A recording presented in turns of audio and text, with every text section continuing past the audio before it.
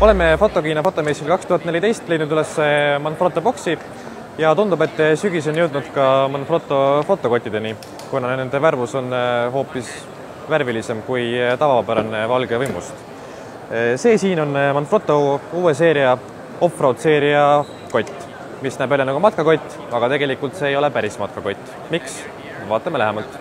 See on Manfrotto uus 30-liitrine matka/fotoseljakott. Seda on saadaval nii rohelises, sinises, punases kui ka hele-hallis värvis.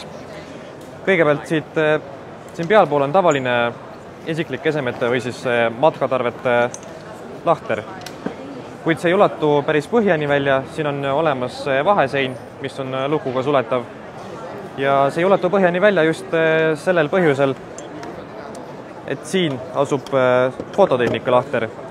Selle omapära on see, et seda saab vajadusel täiesti välja võtta. See kinnitub siia velcro krõpsude abil ning on omakorda veel suletav lukuga.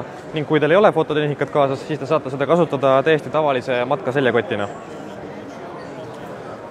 Selle koti pealmine materjal on veekindel, kuid sellegipoolest on Manfrotto siia kaasa pannud meil omakorda ühe vihmakaitse, mis käib siit selle pealmise klapi seest.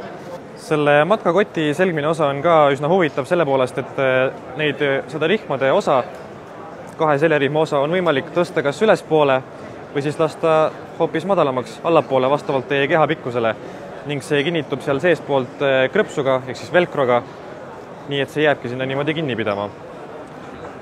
Samas on siin ka võrk, mis laseb seljal hingata ja allpool on päris võimas vöökohas selline rihm, mis võtab suurema osa koti raskusest enda peale. Ja selle rihma peal on olemas ka võrguga lahter ning ka lukuga tasku. Sellise Manfrotto pooleldi matka, pooleldi fotoseljakoti hinnaks lubatakse kuskil 220 € kanti ning saadaval on see alates järgmise aasta jaanuarikuust.